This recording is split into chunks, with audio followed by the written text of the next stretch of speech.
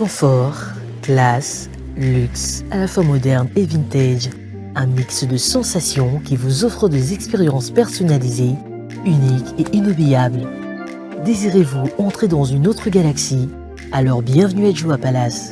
Nous vous proposons deux appartements spacieux offrant un salon convivial, une cuisine moderne et 3 chambres élégantes pour un quotidien serein, 2 salles de bain raffinées pour votre confort et votre bien-être.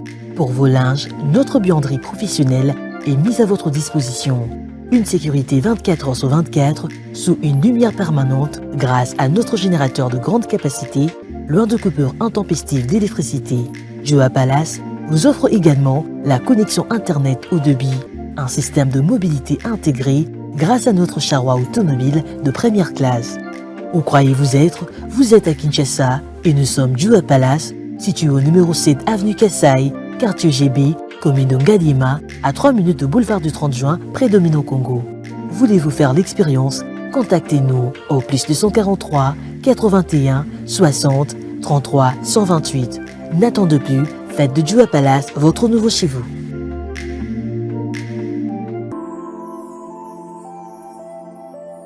Le parc de la vallée de l'Antélé vous invite à venir partager des moments inoubliables en famille ou entre amis dans un cadre naturel de verdure unique à Kinshasa.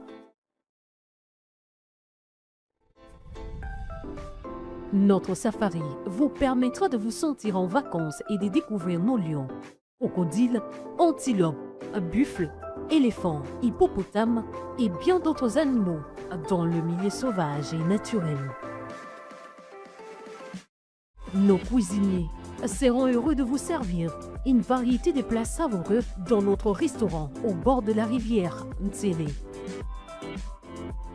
Le parc de la vallée de l'Antélé possède une panoplie d'activités sportives et ludiques au cap aventure et loisirs pour votre détente. Kayak, pédalo, tyrolienne, cyclotourisme, piscine et vol du faucon, la plus longue zipline d'Afrique.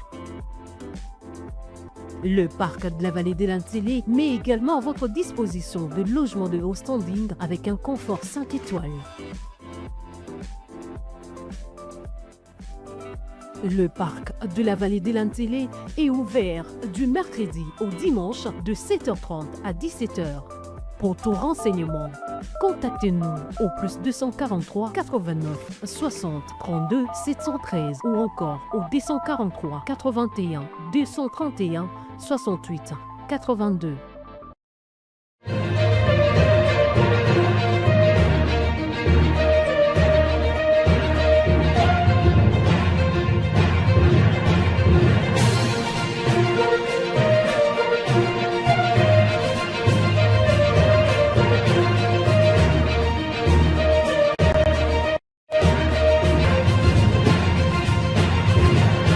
Pour y parvenir, ils doivent être performants dans le premier match pour les hommes de Sébastien Desabre dans un groupe particulièrement relevé, au Kazé, dans un même groupe avec le Sénégal, le Bénin, ainsi que le Botswana. On va le vérifier avec les analystes qui sont avec nous sur ce plateau. On a fait recours à leur expertise. Pour en parler, c'est plateau spécial Coupe d'Afrique des Nations, match RDC-Bénin, cet événement qui unit toute la nation. Au-delà des clivages politiques, c'est important de le mentionner. On a l'immense plaisir de retrouver sur ce plateau pour une grande première Charles Massoudi. Nos routes ne sont pas croisées maintenant, on se connaît depuis il y a très bien longtemps. Comment allez-vous, cher confrère? Merci déjà pour l'invitation et je me porte bien. C'est vrai que ça fait très longtemps qu'on s'est connus, mais ça fait aussi très longtemps qu'on a partagé un plateau. Et surtout, c'est un honneur pour moi de pouvoir être là aujourd'hui sur ce beau plateau des Politicons. Je ne sais pas aujourd'hui si nous allons à Sporticon. Donc, c'est vraiment un plaisir. Merci beaucoup. Au-delà de la casquette de journaliste sportif, vous participez brillamment en tant qu'acteur du développement du sport à Promokatu du Congo.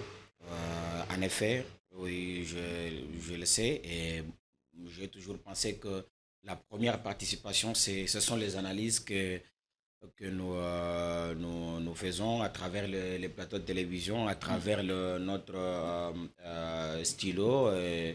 C'est cela parce que ce que nous disons, nous pouvons avoir peut-être le pouvoir de penser une idée pour les sports et il y a d'autres qui ont la possibilité de la pratiquer, de mettre cette idée en pratique. Et c'est à ce titre que nous pensons modestement que nous participons quand même au développement du sport en République démocratique. Merci beaucoup, Charles Massoudi. On a aussi l'immense plaisir d'avoir sur ce plateau Joseph Bahati, l'un des meilleurs journalistes sportifs de sa génération. Bonjour Gédéon, merci. C'est vraiment un honneur, un plaisir aussi d'être ici. Comment allez-vous et quelles sont vos impressions? Comment je vais, c'est une question que je n'aime pas beaucoup, mais c'est quand même un sentiment de joie qui m'anime d'être ici à Politicon TV, espérant que tout va se passer. Tout va bien se passer. Déjà. Et la ferveur de la CAN, vous qui êtes plongé dans cet événement sportif, vous scrutez de près les moindres détails. Comment vous vivez particulièrement ce début des compétitions Coupe d'Afrique Maroc 2025? Non, plutôt ravi du niveau organisationnel affiché par le Maroc. On a du mal à croire que c'est en Afrique que se passent des choses pareilles. Et hier soir, je pensais à un fait, je me dis, comment le Maroc peut afficher un niveau aussi extrême. En étant record, ils ont réussi à construire des infrastructures. Tout à fait, de même que l'Afrique du Sud l'avait fait. Et je me dis, mais c'est quand même les deux extrémités de l'Afrique. D'où vient Il y a un semblant de vide là dans certaines zones et c'est pas bien, il faut réfléchir. Quand même le niveau organisationnel, comme je le disais, il est très bon, le niveau affiché par le Maroc. Aussi le niveau de la compétition. En tout cas, jusque-là, il n'y a pas de grandes nations. Même si, bon, les grandes, entre guillemets, finissent par s'imposer. Le cas de l'Égypte, par exemple, hier contre les Zimbabwe. Et c'est cette hargne-là qu'on espère que la République démocratique du Congo va détenir tout au long de la campagne. Et qu'en est-il de l'affluence dans le stade? Bon, jusque-là, c'est quand même acceptable. Hein? C'est quand même acceptable ce qui est affiché. Bon, pour le Maroc, c'était l'ouverture, c'est normal. Les Marocains qui s'habituent au fait à recevoir des compétitions de haut niveau. On n'avait pas oublié que la dernière campagne des barrages entre la RDC, le Nigeria, aussi le Cameroun et le Gabon à côté, s'était déroulé au Maroc. Et de plus en plus, il y a de ce matchs amicaux d'ampleur, en tout cas grandiose, qui se déroulent au Maroc. Et ils sont habitués, c'est maintenant un autre niveau. Voilà pourquoi ils vont organiser la Coupe du Monde 2030. Merci. Et Charles Massoudi, pensez-vous que le royaume chérifien est à même de nous offrir la meilleure des CAN, comme beaucoup l'ont dit en ce qui concerne la CAN organisée il y a peu en Côte d'Ivoire? En fait, sur le plan organisationnel, il n'y a pas pareil. Ça, il faut le dire qu'aujourd'hui. C'est la meilleure des CAN, sur le plan organisationnel. Oui, ça c'est clair. Et il fallait s'y attendre. Ça ne relève pas de la génération spontanée. Le Maroc, c'est un pays qui s'est préparé depuis longtemps. Pas pour cette CAN, mais qui s'est préparé dans le vécu sportif depuis longtemps. Quand vous êtes au Maroc, vous n'avez pas à comparer, même pas à l'Afrique du Sud, ça c'est clair. En termes de structures, le Maroc est de loin devant tous les pays africains. Ça, il faut le reconnaître. En termes de l'organisation. Donc, ils sont capables aujourd'hui d'organiser même la Coupe du Monde. Mais sur le plan de l'engouement du public, je parie que le Maroc... L'ambiance n'est pas encore électrique comme c'était le cas en Côte d'Ivoire. D'ailleurs, il ne faut même pas s'attendre à ça. Ça, je donnerai ma main à couper. Le Maroc n'atteindra même pas la cheville de la Côte d'Ivoire. Pourquoi? Les raisons sont simples. Le Maroc, c'est un habitué, il est habitué à organiser des grandes compétitions. Alors, le Marocain, pour lui, c'est pas si grave que de pouvoir organiser cette fête-là. Mais c'est différent, et même dans la mentalité des Ivoiriens et des Congolais. Cette CAN est chez nous. Le jour où c'est les Nigériens qui rencontrent le Maroc, nous irons voir, peut-être pour soutenir les Nigérias face au Maroc ou vice-versa. Nous, on cherche juste un petit précédent pour qu'on s'y accroche. Nous avons vu ça chez nous avec l'organisation des Jeux de la francophonie. C'était d'ailleurs le stade Tata Raphaël ou le stade des Martyrs était devenu, en dehors des lieux de sport, c'était devenu même des kermesses. Chez nous, c'est dans la culture. C'est de même aussi pour les Ivoiriens. Et on l'a vu, ça c'est en termes d'ambiance, d'engouement. Mieux, oui, c'est imposé comme une religion. C'est l'une des cas de référence dans ces cadres-là. Mais par contre, la culture du peuple de l'Afrique du Nord, oui, ils sont intéressés par cette organisation, c'est les pays qui reçoivent. Mais en termes d'engouement, ils ne sont vraiment pas là. On l'a vu lors du Chan en Algérie voisin. Et le jour où ils jouent, ils sont là. Mais les autres jours, oui, c'est un peu des curieux, ils sont là-bas. Mais est-ce que ce sera la meilleure CAN sur le plan organisationnel? Oui. L'engouement, il peut être là, et mais sur ça le ne va plan pas. Humain. Et sur le plan humain? Non, le Marocain, c'est un peuple accueillant. En tout cas, au-delà de ce qu'on raconte ailleurs, le Maroc, c'est un peuple sympa. Et sur le plan humain, il n'y a rien à craindre. Malheureusement, peut-être que ce sera le climat. Là, ils sont en plein hiver. Il va falloir s'habituer aux supporters qui sont déjà sur place. Par exemple, pour les Congolais, déjà, ils sont avertis. Il ne faut pas se débarrasser de son bonnet et le manteau. À la rigueur, porter même 3-4 pantalons parce que, attention, pour avoir vécu les calvaires lors de notre match contre le Sénégal au Chan de l'Algérie. Mais attendez, là, d'abord, il fait 4 degrés. Le match commence à 7 degrés. Il finit à 4 degrés. Et là, il neige et vous êtes en train de perdre sur le terrain. Donc, c'est c'est une peine double. Oui, donc triple même. Et vous terminez le match comme ça, il n'y a pas de transport. Donc, l'Algérie, c'est pas pareil. Partagez-vous sur son avis. Sur le Maroc, il faut rajouter qu'il y a d'autres aspects qui rentrent en jeu. Il y a l'aspect migratoire qui est un débat sérieux pour le moment en Europe. Vous savez que l'Espagne et le Maroc, c'est un peu la porte d'à côté. Comme Kinshasa et Brazzaville. Tout à fait. Ils ont dû, je pense, durcir les conditions d'accès. Okay. Bon, ceux qui ont fait les formalités le savent mieux que moi.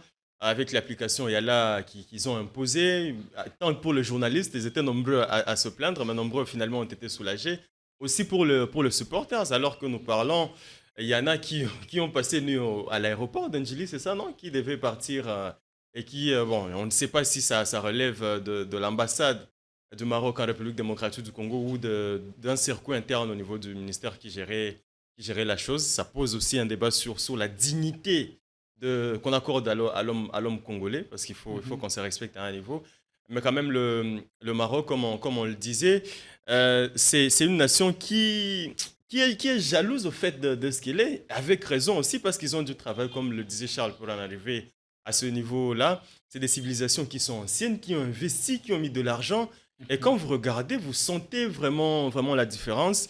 Et bon, les Marocains, vous êtes sans ignorer qu'ils sont parfois partagés entre l'Afrique et le monde, on va dire, islamique ou arabe, c'est ça, non, auquel ils appartiennent. Ils parlent français et arabe. Ils parlent effectivement français arabe, sachant que l'Espagne est juste à côté. Ils se prennent plus au fait à un niveau pour des Européens. Par le passé, ils ont fait des démarches pour adhérer à l'Union européenne et ça s'explique.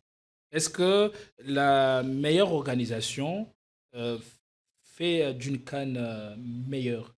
Il y a un côté infrastructure, il y a un côté intelligence derrière tout ce qui se fait, c'est-à-dire le sérieux, le côté humain en fait. Et c'est bien qu'ils le fassent. C'est modernisé, c'est informatisé. Quand vous voyez la salle par exemple de la presse, il y a des ordinateurs pour tout un chacun.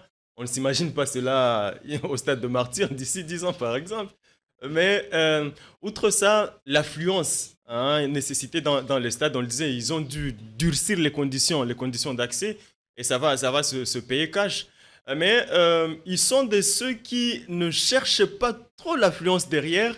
Ils soignent plutôt leur image. En termes d'organisation, ils se servent de cette CAN pour un brouillon en vue de la prochaine Coupe du Monde qu'ils vont encore organiser avec l'Espagne en 2030. Ils en ont tous les moyens déjà au regard des infrastructures qu'ils nous offrent. C'est une de CAN qui accueille plus de 8 stades. Ils en ont 9 pour cette 35e édition, c'est énorme. Est-ce que, en considération du débit de cette compétition, euh, euh, pouvons-nous nous accorder à dire que l'on va assister là à l'une de Cannes dont le niveau est plus relevé? En effet, c'est bien clair. Beaucoup d'équipes ils vont avec non complexé. Ça, c'est déjà un élément très important. On n'est plus à des années où on avait des équipes qui étaient entièrement composées de joueurs locaux et d'autres qui n'avaient que des professionnels. Mais là, aujourd'hui, c'est du 50-50. On voit des petites équipes, entre guillemets, qui arrivent et qui bousculent la hiérarchie. Bien évidemment, vous avez des équipes, vous ne vous imaginez pas. Parce que nous, par exemple, des éléments de comparaison que nous avons, on essaie de voir, de considérer les équipes par rapport au club. On s'est dit, quand les équipes qui ont le plus de clubs qu'on voit évoluer ou relever au niveau des interclubs de la CAF, on s'imagine que ce sera aussi ça l'image de leur équipe nationale. Par contre, ici, non, c'est une autre réalité. Il y a des clubs, il y a des joueurs, des nations plutôt qui ont de jeunes qui ont évolué des binationaux, qui ont évolué en dehors du continent. Mais bon, c'est tout à fait normal qu'ils ne se retrouvent pas dans leur club au niveau du pays. Mais après, ils ont appris chez autrui ce que j'appelle toujours la tricherie. Ils ont été formés par l'argent d'autrui, mais ils viennent servir le drapeau pour la majorité lorsqu'ils sont déçus là-bas. Mais après, ils se rabattent quand même à leur équipe nationale. Oui, moi je pense que même ceux qui les jalousent, c'est pour rien qu'ils le font. Quelqu'un qui a été formé par l'argent d'ailleurs, et il a le choix à faire, à opérer entre venir jouer chez lui où on ne s'est pas occupé de sa formation footballistique et jouer là où on lui a offert les opportunités. Le choix est clair. Que ce soit moi, vous ou ceux qui le font, tous mis dans les mêmes conditions, on agirait de la même manière. Ouais. Et encore que, là c'est la différence parce qu'on parle du Maroc aujourd'hui. Savez-vous que les Marocains, c'est des choses que nous avons découvert en échangeant avec eux. Un Marocain, même né en Europe, en Asie ou en Amérique, chaque vacances, il est obligé de rentrer chez lui pour apprendre la culture de chez lui. C'est comme ça que ça se passe avec les Marocains. Voilà pourquoi vous verrez, par exemple, il est très difficile de voir le jeune Marocain, même quand il évolue ailleurs, et lorsqu'il doit choisir dans quelle patrie jouer, il revient toujours au Maroc parce qu'il a le temps de venir apprendre la culture ou de tisser ces liens qui les lient à la patrie à chaque fois qu'il y a des vacances. Je pense que c'est des choses. Cela renforce le patriotisme. Effectivement. Mais pas tous, il y a des exceptions. Non, ce que j'ai dit, c'est pas tout le monde, mais c'est comme ça dans leur culture. Bon, et Yamal déjà, vous savez que tous ses parents ne sont pas marocains, donc c'est un élément aussi. Et on a assisté à un début de CAN qui s'est soldé toujours par des scores étriqués. Le Maroc, pays hôte, s'est défait difficilement de Comores. Hier, on a assisté à 2 matchs d'un niveau un peu plus relevé. Est-ce que cette CAN, vous la placez dans quelle catégorie? Ce sera l'une des CAN dont le niveau est relevé? Ben oui. C'était le cas déjà en Côte d'Ivoire. C'est-à-dire que le football africain est sur une certaine dynamique, de sorte qu'il n'y a plus de petites équipes. Et ça, c'est une bonne chose. Il n'y a plus de secret, en fait. Vous voulez construire une équipe, il y a des entraîneurs qui sont là, vous mettez de l'argent, ils viennent, ils vous construisent, ils vous bâtissent une équipe, ça c'est clair. Il suffit de mettre de l'argent. Que vous soyez Comores, que vous soyez Djibouti, que vous soyez, vous pouvez vous payer même le service de José Mourinho ou de qui sais-je. Et c'est comme cela, il n'y a plus de secret donc. Et ça ramène au fait que vous pouvez voir par exemple, comme hier, le Zimbabwe, c'est ça, tenir tête à l'Égypte. Et l'Égypte difficilement s'imposer 2-1 et célébrer comme s'il venait de gagner une finale, ça dit tout. Le Maroc, poussé par son public, poussé par la longue préparation, poussé par tout l'orgueil qu'il y a à demi-finale Coupe du Monde et bien plus, eh bien, ils ont dû faire 45 minutes et aller marquer seulement la 55e minute contre les Comores. Alors ça dit tout, donc il faut pas s'enorgueillir, il faut arriver humble parce qu'il n'y a pas de petites équipes. Il y a oui le côté histoire, le Cameroun, la RDC, le Sénégal et le reste, ça c'est l'histoire. Mais quand vous rentrez sur le terrain, mettez-vous dans la peau d'un joueur, vous jouez, vous cherchez, vous courez derrière la balle, vous vous fatiguez, vous sautez et le reste, je crois que c'est dans ce détail-là qui n'est malheureusement pas dans la rue ou dans les buvettes qu'il faut analyser cette Coupe d'Afrique des Nations. Donc le nom, vous mettez de côté, même si bon, ça joue toujours, hein, c'est ça, il ne faut pas enterrer les grandes équipes, mais il y a un côté pragmatique que ça exige, et c'est beau pour le football africain qui bénéficie d'une formation, on va dire, européenne, mais qui finalement est importée en Afrique pour rejoindre ce que disait Charles, qui n'a fait que reprendre le propos de Eugène Kabongo. Un peu aussi de Constant Omar. Ceci nous permet donc à présent d'évoquer le groupe de la RDC. Oui, on va en tout cas s'apaisantir sur le groupe D dans lequel la Rouple Mokatu du Congo est casée. Et les Léopards, les hommes des Sébastien des Sables, vont devoir en découdre cet après-midi à 13h30 heure de Kinshasa avec le Guépard du Bénin. Déjà, on parlait du niveau de cette compétition qui est particulièrement relevé. On va s'intéresser maintenant à ce groupe de Léopards. Je disais au début de l'émission que les Léopards se sont hissés dans le dernier carré de la compétition. Et vous avez parlé de faut y arriver en étant concentré, ne pas mésestimer les équipes que vous abordez. Est-ce que la RDC arrive dans cette CAN avec un statut d'outsider ou un statut de favori? Un statut après tout ce qu'ils ont accompli. Un statut de favori. Mais méfiez-vous, quand on vous cite parmi les favoris, c'est déjà une pression qu'on vous met. Positive ou négative? Bon, on va évaluer après, mais c'est quand même une pression qui existe déjà sur vos épaules. Et il faut faire bonne impression, si pas forte impression. Parce que la RDC, par exemple, elle est l'une des équipes, je crois, à avoir profité d'une bonne préparation. Dans la mesure où, il y a à peine un mois, la RDC venait de jouer ce barrage qui avait un niveau vraiment d'une CAN, peut-être même plus, c'est clair. La RDC, je crois qu'elle n'a pas beaucoup à se plaindre de la courteur qui a été imposée en termes de préparation, parce qu'il fallait jouer un match amical le 13, mais la préparation n'a finalement commencé que le 15. Mais ce barrage, je crois, a servi pour afistoler en quelque sorte ce vide créé par la FIFA. Après, bon, cette ingérence de la FIFA sur la CAF, la FIFA qui donne l'impression d'avoir caporalisé en quelque sorte la Confédération africaine de football, surtout en termes d'équipe nationale. Bon, ça c'est un autre débat. Quand même, oui, la RDC fait partie des favoris et c'est une pression parce que, bon, s'il faut parler de pression, rendez-vous compte que le match de première journée, c'est contre le Bénin, c'est ça. Le Bénin qui, bon, dans nos têtes, hein, est estimé moindre par rapport au Sénégal.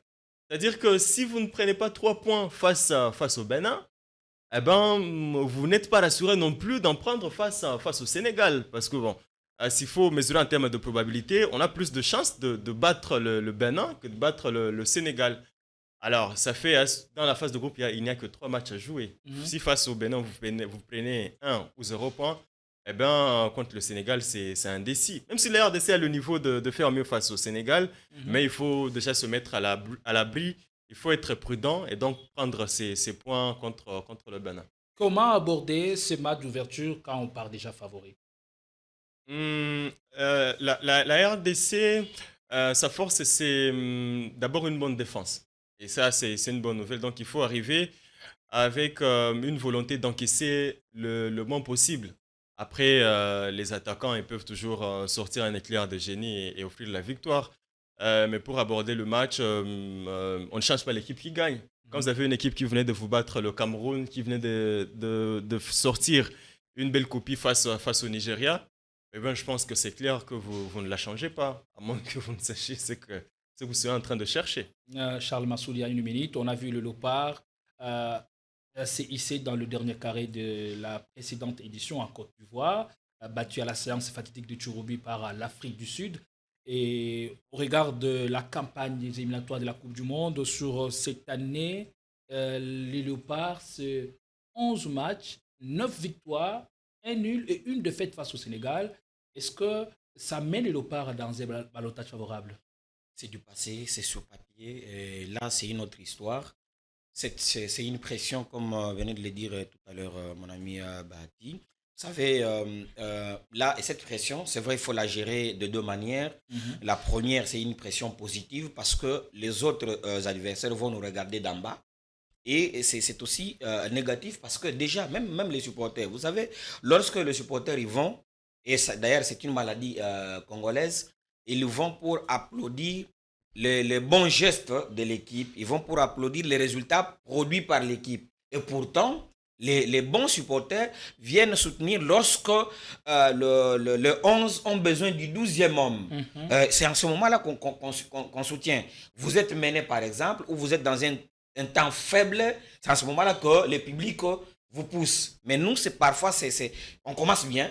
À un moment donné, quand c'est un tir manqué du camp adverse, le stade est refroidi, on commence à regarder. Pourtant, c'est le moment où on doit encore mettre un peu de la chaleur. Ici, quand même, on ne siffle pas. Les supporters d'ici ne sifflent pas. Voilà, vous comprenez un peu. Alors, c'est là que je dis oui, cette pression. Aujourd'hui, nous avons fait un bon parcours sur papier, mais attention, je voulais quand même faire un petit pas à rétro sur l'histoire de cette équipe. Allez-y très rapidement. À un moment donné, nous avons fini par regretter Jean-Florent Ibenge. On se souviendra que Ibenge nous avait habitués avec des victoires. Quand on apprenait de matchs nuls ou une défaite, du coup, on s'est dit non, lui, ça ne va plus. Et comme ça, on nous a amené Hector Cooper. Ce n'est qu'en vivant ce que Hector Cooper nous a proposé qu'on a encore regretté Ibenge. Donc, pour dire qu'aujourd'hui, oui, nous avons fait Sébastien fait mieux, il est sur une très bonne dynamique et même Florent Ibenge l'a reconnu. Oui, il a fait mieux que Cooper. Mieux qu'Ibenge? Non. Parce qu'on est à 2 pas d'une qualification historique pour la Coupe du Monde. On a été à 25 minutes d'une qualification pour la Coupe du Monde. Souvenez-vous, face à la Tunisie. Est-ce qu'en termes de projet, Charles Massoudi et Joseph Bahati, parce que vous avez parlé des projets, vous n'allez pas exploser et être meilleur, performer, si à la base, il n'y a pas un projet clair et atteignable. Est-ce qu'en termes de projet, Sébastien de Sabre n'est pas une plus-value? Non, c'est le même projet qui continue. C'est le même projet qui a débuté. Ibenge est venu, vous vous souviendrez, avec la venue de Bakambo, de Moutou. Est-ce que Louis-Sébastien, en tant que coach-manager, n'est pas une plus-value dans ce projet? D'ailleurs, ça c'est un élément que l'autre n'avait pas, qu'on a ajouté à Sébastien. Sébastien, aujourd'hui, c'est lui qui décide de tout. C'est le pouvoir que Ibenge n'avait pas. Mais je salue le travail réalisé par Sébastien, autant celui qui a été réalisé par Jean-Florent Ibenge. Lui, le travail de manager à l'époque, c'était Omari et les autres qui le faisaient. Et aujourd'hui, c'est ce pouvoir-là qui est chez Sébastien. Donc, comprenez que Sébastien, ce n'est pas qu'un coach, c'est aussi un décideur. Mais pourtant, en ce moment-là, Ibenge n'était qu'un coach, on lui a mené, mais après, il avait aussi le temps d'aller convaincre les joueurs pour venir à l'équipe nationale. C'était un projet, félicitations à Sébastien de Sabre, qui est resté dans la logique de ses projets, et aujourd'hui, il est en train de produire le bon fruit. Je dis, attention, si nous devons considérer le match contre le Cameroun comme un baromètre, nous nous trompons. Ce n'est pas ce Cameroun organisé, ce n'est pas ce Cameroun qui avait de grands talents. Oui, ailleurs, on peut le dire. Et là, on nous a remis encore le Sénégal sur notre chemin. Je pense que c'est maintenant que nous, au-delà du talent que nous avons, au-delà de l'équipe que nous formons, nous devons jouer sur l'expérience et surtout sur la psychologie, parce que la défaite que nous avons enregistrée face au Sénégal à la maison, c'était une défaite évitable si on avait l'expérience de gérer les moments faibles ou les temps forts, ou de gérer un match relevé, parce que ça se gagne dans le petit détail. Et nous n'avons pas été dans les détails psychologiquement. Et je pense que les Sénégal, oui, ils ont des talents, et la plupart de ces talents vieillissants. Oui, mais par contre, nous avons des talents qui sont en train de monter. C'est vrai qu'à côté, il y en a aussi qui sont au soir de leur carrière, il faut le dire, avec notre capitaine Chancel Mbemba.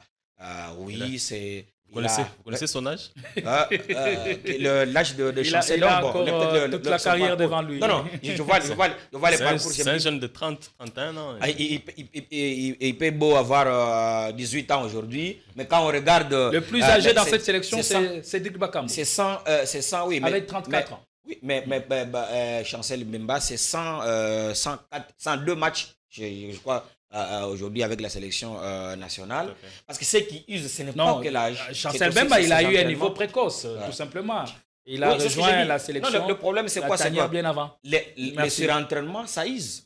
Ça, il faut le savoir. Donc, vous pouvez beau avoir 40 ans aujourd'hui, mais vous avez fait combien d'années d'entraînement? Peut-être 8 ans d'entraînement, mais c'est lui qui a 30 ans, mais il a passé 24 ans d'entraînement. Plus vous entraînez, ça use. Il faut être aux côtés de joueurs. D'ailleurs, quand vous regardez le programme de Léopard, vous allez voir, quand on vous dit la salle de massage, vous ne savez pas ce qui se passe là-bas. C'est des VIX dans le corps. Donc, c'est des efforts. La séance est décrassage. Voilà, donc ils vont chercher ça au-delà de leur force, la glace et consorts. Ça n'a pas qu'un effet positif dans le corps, ça use aussi. Merci. Est-ce que, José Bati, on est dans la continuité? Et est-ce que le groupe 2, groupe de la RDC, pour vous, ça semble être un groupe relevé? Oui, un groupe relevé, à la fois relevé, à la fois abordable pour la RDC. En tout cas, c'est pas un groupe de la mort pour la RDC. Mais des surprises sont possibles dans ce groupe-là. C'est ce qu'il faut dire. Parce que bon, on voyait le Sénégal, oui, il faut respecter le Sénégal parce qu'ils sont quand même arrivés ici avec beaucoup de maîtrise. Ils ont battu la RDC. Cédric Bakambu l'a reconnu quand il dit qu'il a senti son équipe jouer contre la meilleure équipe africaine. C'est ça ses termes.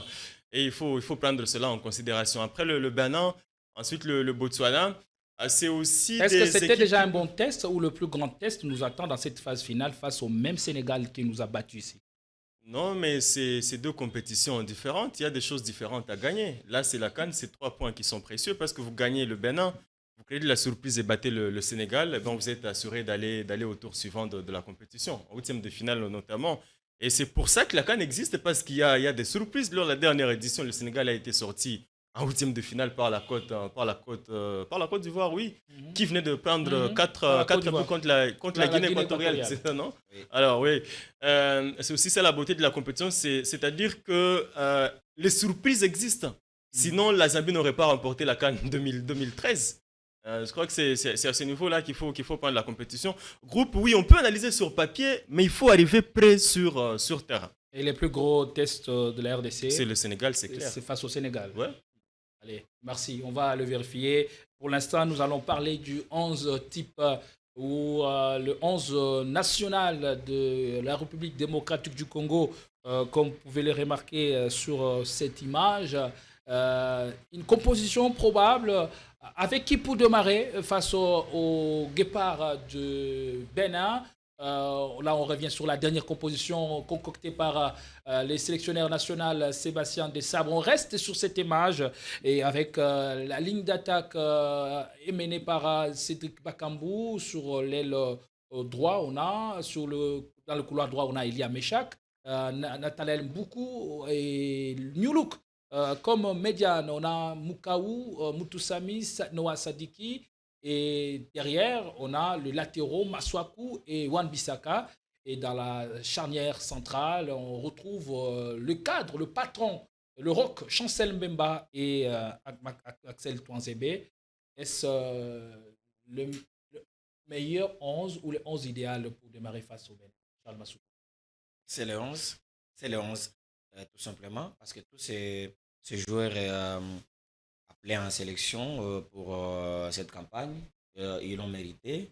Et si ce sont le 11 qui vont devoir commencer, je me dis qu'il n'y a pas, de mal à ça. Le tout dépendra de quelle animation le sélectionneur voudra mettre en place. Moi, je me dis, peut-être je vais nager à contre-courant à ce que disait tout à l'heure Bahati. Pour moi, le match test, c'est le match d'aujourd'hui, ce n'est pas le match du Sénégal. Parce que vous savez, le match contre le Sénégal... Le match test, c'est face au Bénin. C'est face au... oui, c'est aujourd'hui. Le match d'ouverture dans le groupe. Effectivement. Okay. Parce que vous savez, le match contre le Sénégal, les deux équipes vont se jouer, ils vont se respecter. C'est là le problème, ils vont se respecter. Mais aujourd'hui, la Guinée n'a rien à perdre. Le Bénin.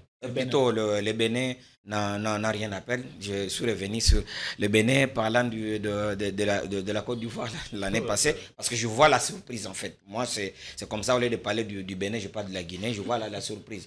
Vous savez, c'est beaucoup plus facile de jouer les équipes que l'on connaît et les équipes que l'on ne maîtrise pas très bien. Ils viennent souvent avec beaucoup de surprises. D'ailleurs, les Léopards, nous avons été comme ça. On dit non, Simba Bango, Bissot Zagaba, équipe, moi, il y a surprise. Donc, des gens viennent comme ça, on vient, on découvre. Mais ici, par contre, Van Bissaka, c'est un gars que tout le monde connaît. Même sans les Léopards, on l'a vu jouer ailleurs. Mais à l'époque, nous, on avait une équipe de Léopards où les joueurs venaient de la 4e division. De Mazembe. Oui, voilà. Du reste, n'était pas connu sur voilà, le continent. de la 3e division en Belgique, on les cherchait. Mais aujourd'hui, là. Vous ne savez pas trouver des vidéos sur eux pour analyser. Effectivement. Mais c'est un handicap. Voilà. C'est un handicap pour les autres. Mais aujourd'hui, là, nous avons des joueurs que tout le monde sait. On sait que Maswako, pardon, généralement, quand il prend la balle, il amortit de la gauche vers la droite. Donc, on sait mettre déjà un plan pour le contrer. Et c'était comme ça que nous aussi, on sait que lorsque nous sommes en face d'un Sadio Mané, on sait comment il amorce ses actions offensives. Et on sait comment mettre un plan anti-Mané. C'est comme ça aussi les autres. Maintenant, aujourd'hui, face au Bénin, oui, on peut avoir un plan anti 2 ou 3, 4 joueurs. Les autres qui vous viennent de nulle part, c'est quand même compliqué. C'est comme ça que je me dis, oui, face au Sénégal, ils vont peut-être ne pas vouloir nous attaquer trop vite, sachant que s'ils le font en contre, nous avons la possibilité de les prendre en contre, ils nous respectent. Mais là, les Béninois, ils viennent un tout petit peu inconnus. Pas très inconnu pour les staffs techniques. Merci. Parce qu'il y a une équipe pour scouter les autres sélections. Ils sont là pour ça, mais c'est plus difficile de le faire avec les équipes qui ont des joueurs qui évoluent au haut niveau, qui sont le plus médiatisés, que de le faire avec les joueurs un tout petit peu inconnus du grand public. Joseph Bahati, quel est le 11 idéal national pour vous? Comme vous avez préféré commencer par l'attaque. Pour l'attaque de la RDC, il n'y a que Wissa qui soit indiscutable, alors qu'il n'est pas là. Donc là, c'est un des cadres qui va manquer à ce rendez-vous. Oui, il va manquer, ça c'est sûr. Je crois que c'est le seul qui soit indiscutable. Hein, donc quand il est là, il doit jouer. Okay. Pour le reste, non, je crois que le coach a vraiment le choix. Mais après, il y a Cédric Bakambu qu'il faut respecter, qui est en forme par rapport à l'équipe nationale pour le moment. On l'a vu lors des dernières journées des éliminatoires Coupe du Monde, un peu aussi lors de ces barrages qui venaient de se jouer, parce qu'on voit le but qui était marqué contre le Cameroun, c'est ça, non? Non, contre le Nigeria, le but de légalisation. Voilà, tout à fait. C'était sur une passe décisive de Bakambu. Voilà, c'était Bakambu à Meshakila, c'est l'action qui me passait par la tête, oui. Merci. Alors, il est en forme, oui, mais pour l'attaque, c'est les seuls qui sont indiscutables, c'est, comme je le disais, Wissa. Après, il y a Bakambu, il y a Meshak qui est aussi là. Il y a les jeunes Chipenga qui s'est montré aussi important et utile. Hein, c'est pas un joueur de seconde mi-temps. On peut toujours le vérifier. Alors, au niveau du milieu, je pense que c'est lui qui est indiscutable. On va prendre le force et faiblesse. Ouais. Est-ce que on prend la défense, on commence par la défense qui est coordonnée par l'Euroc Chancel Mbemba. Et on parle d'une défense de Premier League avec Twanzebe, Maswaku, Wan Bissaka. Quelles sont les faiblesses à déceler? Ça aurait été Maswaku d'il y a 4 ans. Il aurait été indiscutable. Maintenant, il y en a qui préfèrent Joris Kayembe à sa place. Bon. Mais sur cette ligne défensive-là, Chancel, ça on n'en parle pas, il n'y a pas de débat. Et puis Bissaka, quand il joue, vous avez l'impression que c'est pas à son niveau, c'est un peu faible pour lui, mais bon, il est donc aussi indiscutable. Twanzebe, c'est un bon produit qui a de l'expérience, qui est bien formé, mais bon, il n'est pas encore indéboulonnable par rapport à la défense, parce qu'il y a peu, il y avait Dylan, on a oublié Ah, j'ai oublié un peu ce nom. Le joueur qui jouait avec club et Inonga le reste. Baka. Voilà, Inonga Baka. il y avait Inonga, mais on l'a vite oublié pour dire que à côté de Chancel, lui seul Chancel ne bouge pas. Mais après, à côté, il y a eu, ça passe, ça change et le reste. Donc pour la défense, il y a Van Bissaka, là il doit être titulaire, c'est clair. Il y a Chancel, il doit aussi être titulaire. Après, vu comment Twanzebe a été repris dans l'équipe, c'est donc clair que, je parle de Dylan, Bantou Bissika, vu comment il a été repris dans l'équipe, c'est donc clair que le coach va préférer... il ne rentre pas dans ses plans. Voilà, il va préférer Twanzebe pour commencer, c'est clair. Et puis de l'autre côté, je crois que Masuaku, il rassure quand même un peu plus côté défensif par rapport à Joris Kayembe, qui lui sert plus de piston et est plus offensif. Très rapidement, y a-t-il des soucis à se faire avec cette défense? Oui, Masuaku, vous savez, c'est un défenseur à vocation plus offensive que défensive. Avec l'âge qui est le sien aujourd'hui, de retour, lorsque vous avez un ailier rapide, c'est un souci pour Masuaku.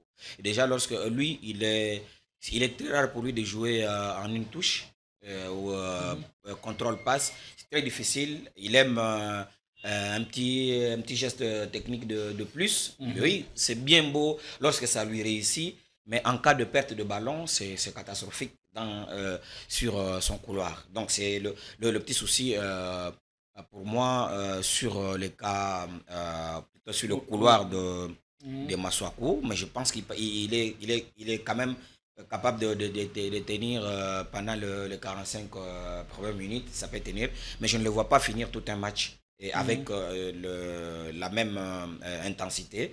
Est-ce que l'expérience qui est la sienne ne va pas compter parce que par rapport à ceux qui viennent de découvrir pour la première fois cette compétition? L'expérience, oui, c'est une bonne chose, mais ça demande aussi de l'énergie. Vous avez l'air de parler d'un vétéran, c'est comme s'il avait vraiment vieilli, qu'il ne sait plus courir, tout ça. Non, mais il ne plus faire 90 minutes alors qu'il est formé pour ça. Oui, mais déjà le problème c'est que au-delà de l'âge, c'est d'abord les potentialités qu'on a soi-même. Vous ne me dites pas que la course ou la pointe de vitesse de Meshak Elia, vous ne la retrouvez pas chez tous nos ailiers. C'est ce qu'il a, lui, de plus précieux que les autres. Sa pointe de vitesse, c'est comme ça. Masuaku, quand il va retourner, c'est un souci. Malgré tous les talents qu'il a, malgré le jeune âge qu'il peut avoir, mais c'est l'une de ses faiblesses. Alors, je viens dans l'axe. Et l'un des atouts majeurs de cette sélection, c'est lesquels? On prend la médiane, un milieu new look avec la probable titularisation de Noah Sadiki, le jeune prometteur qui arrive. On a aussi Mukaou et Mutusami. Est-ce qu'aujourd'hui, nous pouvons nous passer d'un joueur au calibre de Mutusami dans cette sélection? Non. En tout cas, Mutusami, comme sentinelle, c'est un joueur formidable. C'est un joueur qui a pris de l'épaisseur dans cette sélection. Il joue un boulot incroyable. D'ailleurs, il est même difficile de le considérer comme un numéro 6. Il fait le tout. Il joue comme 8, comme 6, en fait, comme un milieu de terrain moderne. Et ça, il sait le faire. Et là, je me dis, quand je vois... Lui aussi à l'époque de l'âge. Non, pas du tout. Parce que vous revenez sur l'âge. Lorsqu'on parle de l'âge, Mutusami qui est considéré comme le double poumon de Lopa. Ouais, vous connaissez même l'âge de sa maman? Moi, j'étais surpris. J'ai vu la maman de Mutusami pour la première fois. C'était lors du tournoi Olive qui s'est passé chez lui, là, de l'autre côté, oui. C'était organisé par Papi Tamba. C'est le jour où je vois la maman de Mutusami. Moi, malheureusement, je suis un homme. Sinon, si j'étais une dame, Mutusami, serait mon fils. À comparer l'âge. Quel âge? Elle a 36 ans? À peine 40 ans. Donc, si la maman a à peine 40 ans, vous imaginez, vous voyez. Donc, vous aurez pu être le père de Mutusami. J'ai dit si j'étais parce que je n'ai pas encore vu son père, j'ai vu sa maman, donc j'ai dit si j'étais une femme, peut-être. Non, je vois, vous parlez de sa maman, vous êtes joyeux, c'est bien. Ah, bon, oui, mais la maman, quand même, qui nous a mis au monde un joueur qui nous fait autant plaisir, on ne peut ne pas être Surtout que vous l'aviez vu. content d'elle. Voilà. Donc, j'étais en train de dire qu'il fait un travail formidable, mais je me dis, à mon avis, quand je regarde, il nous manque quand même un certain joker, un meneur de jeu, un joueur qui peut amener un trouble fait. Non, ça dit qu'il ne pourrait pas endosser ce rôle. Non, Noah n'a pas ce profil-là. C'est Moi, magie. oui, magicien. je vois un Bongonda peut-être l'ajouter là-bas. Bon, le tout dépendra de comment on va voir. Peut-être Bongonda, il peut jouer ce rôle en deuxième mi-temps ou au moment où le Léopard en aura vraiment besoin. Peut-être là, il faut jouer en une touche. Là, c'est ça, c'est ce milieu-là que je vois. Mais s'il faut quelqu'un qui va amener de la folie, je vois Théo Bongonda. Est-ce que le football d'aujourd'hui a forcément besoin d'un meneur pour produire du bon football sur le terrain? Je ne sais pas s'il y a un football d'aujourd'hui, un football d'hier, parce que ça reste un seul foot et 11 joueurs sur le terrain. Après, bon, il y a des terminologies qui ressortent. En fait, ce numéro 10 là, traditionnel, il n'existe plus. C'est lui qui avait la liberté de partir un peu partout sur le terrain et le reste, non. Pour le moment, c'est chacun sa zone et puis on t'assigne de rôle à jouer sur le terrain et c'est fini. Ouais. Quand même, au niveau du milieu, là, je crois qu'on peut beau parler. Oui, le numéro 10, il est le milieu au fait offensif, Créateur. type, oui, créateur. Il est important, c'est-à-dire un Gaël Kakuta, par exemple, de bon niveau et de bon jour. C'était ça son rôle. Et, il y a nombreux qui pensent qu'il n'a jamais été valablement remplacé. Gaël Kakuta, Trésor Mputu, par exemple. Mais il a été rappelé pour le moment, en dernière minute. Pour le moment, c'est là aussi peut-être la force de la République démocratique du Congo. La force défensive. La profondeur du banc. Non, la force défensive, je veux dire. La force Parce défensive. qu'on a parlé de la défense, mais c'est pas la défense seule qui défend. C'est toute l'équipe qui défend. Et surtout, l'attaque qui est la ligne la plus proche. Non, le milieu qui est la ligne la plus proche de la défense. Et quand vous voyez le milieu de la République démocratique du Congo, c'est un milieu à vocation, Défensive. on va reconnaître, oui, défensive en quelque sorte, parce que vous avez Mutusami, vous avez Mukaou, qui est aussi un 6 Le type. joueur de même Vous avez registre. ensuite Noah Sadiki, qui est milieu relayeur, Voilà. qui fait le 8. Je crois que c'est clair. Aussi que vous avez Piquel qui est sur le banc et qui doit certes rentrer à un moment pour venir renforcer ce milieu, en tout cas à vocation défensive de la République démocratique du Congo. C'est là la force parce que c'est Ferguson qui vous dira qu'avec avec une bonne défense, on gagne des titres. Avec une bonne attaque, on gagne des matchs. Alors c'est à vous de savoir ce que vous surtout, cherchez. il faut un bon gardien. Et sur cette bon question, gardien. quel choix opérer?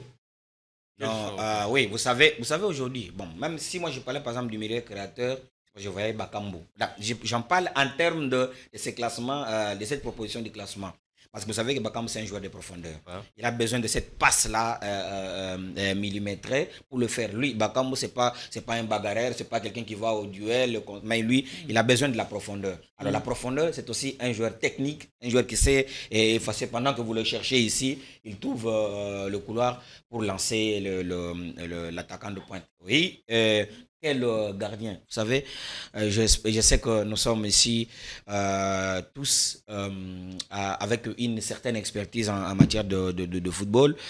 Le plus souvent, faire le choix d'un gardien, c'est l'entraîneur des gardiens qui les a aux entraînements, qui sait qui d'entre les 4 ou le 3 s'est adapté le mieux aux exercices, c'est celui qui doit faire le choix. Aujourd'hui, on peut voir un gardien qui nous a fait sortir des arrêts magiques lors du match précédent. Le plus souvent, c'est comme ça. Quand un gardien a sorti le penalty, tout le monde se met d'accord pour dire non, c'est lui le meilleur ou le bon. Il peut être bon sur la séance de tir au but, mais après, il n'est pas bon dans les relances. Parce que aujourd'hui, les gardiens modernes, c'est pas que ça, hein, c'est savoir jouer aussi avec le ballon. Comment sortir le ballon? Parce qu'aujourd'hui, avec le pressing haut, quand vous ne savez pas sortir de votre camp, vous avez un handicap.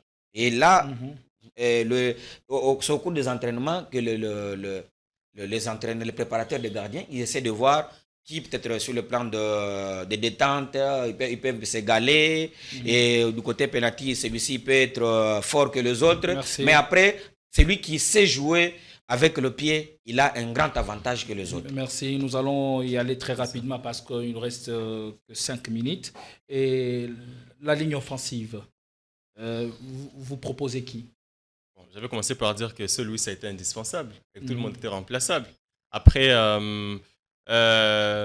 Bakambu, il est en bonne forme par rapport à l'équipe nationale, peut-être pas trop en club, mais par rapport à l'équipe nationale, oui, il est important.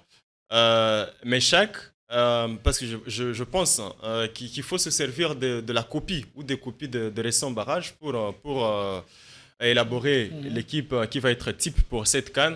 Et là, c'est clair que... La question que nous posons, est-ce une attaque fiable? Fiable, bon, on ne sait pas le dire avant le match, hein. C'est pas une marchandise, hein. C'est que c'est un match, vous ne savez pas, c'est un peu comme la vie, vous ne savez pas de quoi de quoi le match vous sera fait, mais vous faites quand même des prévisions, vous faites des plans, et c'est sur ce niveau-là. Quand même, c'est une attaque qui a prouvé qu'elle peut marquer. Meshak, il est décisif quand il le faut, Bakambu, de même, et puis que ce soit Chipenga et que ce soit Mboukou, le coach il a vraiment le choix. Mais dans l'ensemble, les joueurs ont déjà prouvé qu'ils ont un bon niveau pour disputer ce genre de compétition. Et c'est là la bonne nouvelle. Merci beaucoup. Et en conférence de presse d'avant-match, le capitaine des Léopards, Chancel Mbemba, s'est confié et il reste optimiste. On l'écoute puis on revient pour continuer. Je ne calcule pas ça. Pour moi, je vais donner d'abord des énergies à tout le monde. Et je sais très bien qu'on prépare notre match. J'ai le très rôle important. Et je préfère pour c'est mieux pour nous. Et on demande à tous les peuples congolais, on a besoin du soutien de tout le monde. Pas les buts, les soutiens. Le soutien du peuple, nous on va faire notre boulot sur le terrain parce que c'est pas c'est pire, mais on a besoin du soutien de tout le monde. Voilà, Joseph Ouati. Oui, il est clair, le soutien du peuple, eux vont faire leur boulot. Ils nous ont prouvé par le passé qu'ils avaient le niveau, qu'ils avaient les outils pour le faire. On espère qu'ils vont le faire comme il se doit. Une chose, Sébastien Desabre est arrivé à la tête de la sélection nationale avec pour objectif de qualifier la RDC à la Coupe du Monde 2026 et de remporter cette Coupe du Monde qui commence ici. Coupe d'Afrique. Cette Coupe d'Afrique qui se joue au Maroc. La dernière qui se jouait en Côte d'Ivoire, c'était un bonus parce qu'il est arrivé, la RDC était en mal de positionnement sur les éliminatoires, il a tiré l'équipe de là, il est parti à la CAN. Eh bien, la petite était venue en mangeant. Mais on n'a pas oublié, moi j'avais suivi à l'époque, c'était le secrétaire général à l'époque, Benji Toitala, qui disait que non, on l'a pris pour qu'il vienne faire ceci. Et moi j'ai gardé cela, en tout cas on va l'observer. Il faut faire mieux que ce qu'on a fait lors de la dernière CAN, ça reste possible. Parlons du Bénin, adversaire de la République du Congo qui arrive démuni. Quelques absences notables sont à remarquer face à la RDC, dont l'un des cadres, Steven Mounier. Joseph Bahati, vous allez conclure sur cet aspect.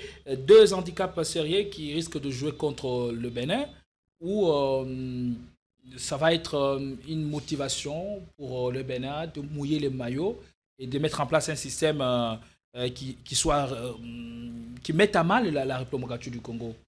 Bon, il faut se méfier, c'est pas Messi qui est là.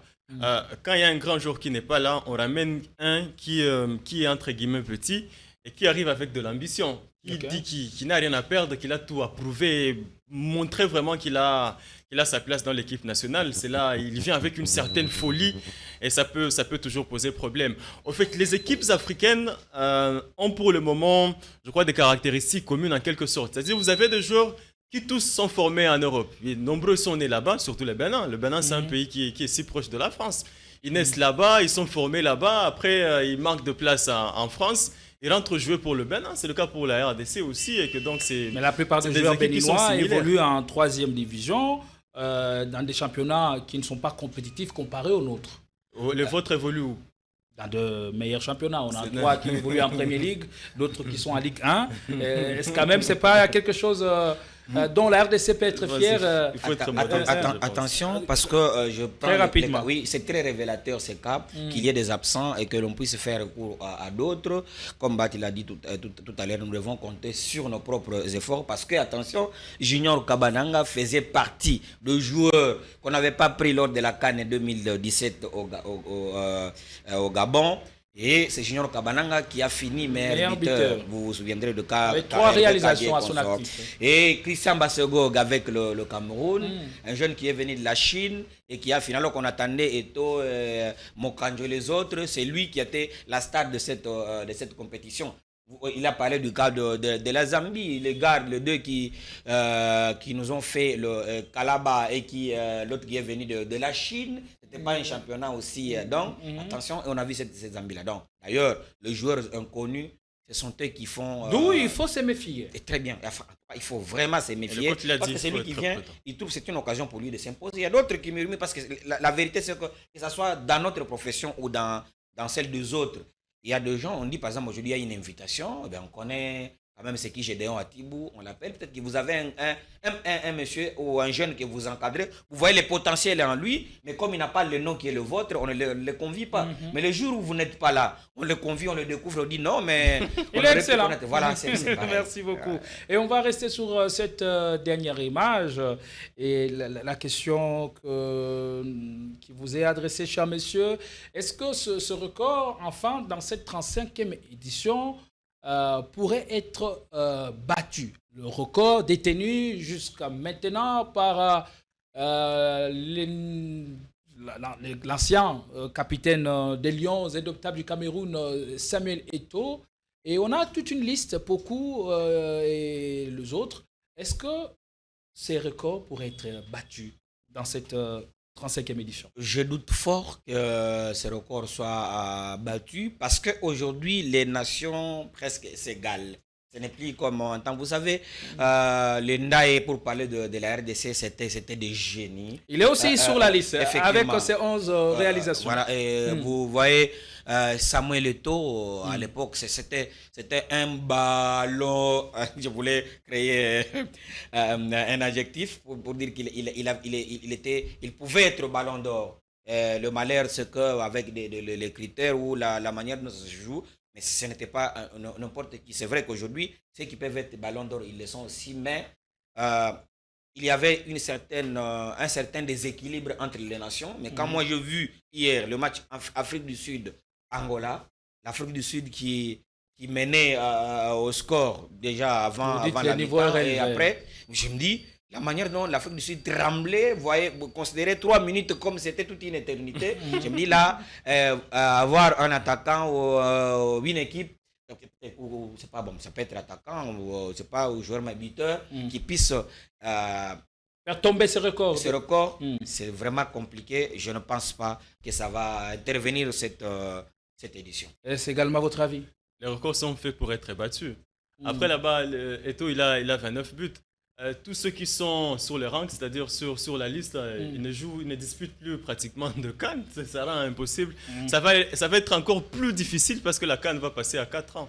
Donc, le fait que vous soyez régulier, jouer autant de CAN pour espérer marquer 29 buts. Mais connaissez-vous le meilleur joueur qui détienne le plus grand nombre de buts qui sont en activité, qui sont présents? Le connaissez-vous? Dites-nous. Le connaissez-vous? On a Salah, le pharaon, qui a 9 buts. Que dis-je? Nous avons d'abord Sadio Mané, avec le Sénégal, qui a 9 buts. Mané, c'est 6 CAN. Oui, 6 CAN. Ouais. C'est le joueur en activité le plus proche du record absolu détenu par Samuel Eto'o, 18 buts. Et on a aussi Salah avec ses 7 réalisations. Et Vincent Boubacar, malheureusement, qui n'a pas été convoqué avec 9 buts. Et Riyad Mahrez, a-t-il été rappelé avec le Fennec? Avec le Fennec de l'Algérie. Voilà, vous voyez à quel niveau que c'est difficile. Eto'o est à combien? Eto'o, c'est 18 buts. Ouais. C'est-à-dire de même que cette année. Alors, c'est le poursuivant, encore en activité, c'est lui qui doit s'il faut qu'il batte ses records, donc il doit en mettre 10. Et c'est Sadio Mané. Il faut qu'il en mette 10. Ce n'est pas impossible, mais c'est difficile. Allez, très très difficile. Déjà, on l'a vu, il était transparent lors du match face lors du match de l'Égypte face c'est Mozambique. Égypte-Mozambique, oui. Mozambique. Ouais. Il a marqué en toute fin de partie. Il a marqué à l'arraché. en toute fin de partie. Et donc, il en a déjà 10 buts. On verra si ça va continuer. Vous parlez de qui? Salah. Ah, Salah. Parler de Salah, ok, pas Mané, ok. Allez, merci d'être venu. Un dernier mot et les chances pour cette rencontre face au Bénin qui démarre tout à l'heure. Et nous allons voir dans la mesure du possible comment vous proposez ces directs avec toutes nos équipes qui sont à pied d'œuvre. Comprenez que je mettrai de côté mes analyses, de côté mon côté rationnel, et là c'est le côté cœur. Vous supportez les léopards. Voilà, je suis léopard et le souhait est que les Bénins commettent le plus de fautes possible et que les léopards puissent en profiter pour pouvoir convertir ces fautes en réalisation. Et votre pronostic? Une victoire, 2 buts, ce sera mieux pour les cardiaques. Parce qu'à un but, à tout moment, on peut penser à une égalisation. Donc déjà, avec 2 buts, on se dira qu'on pourra être à l'abri. Et votre pronostic? 3-1. 3-1 en faveur de Léopard. Et des buteurs côté Léopard? Vous voyez qui est pour en planter? Je ne suis pas devant. Hein. Mais bon, Bakambu, mais il peut avoir quand même un but de l'heure. D'accord, merci beaucoup. On se retrouve très très prochainement. Dès demain, on reprend nos sujets habituels, la politique. Pour l'instant, c'est la fête du football continental. Vivez cette compétition. Et nous allons nous retrouver pour les décryptages d'après-match sur votre chaîne. Merci de votre fidélité. Et que le meilleur l'emporte dans ce RDC. Bénin. À tout à l'heure, mesdames. À tout à l'heure, messieurs.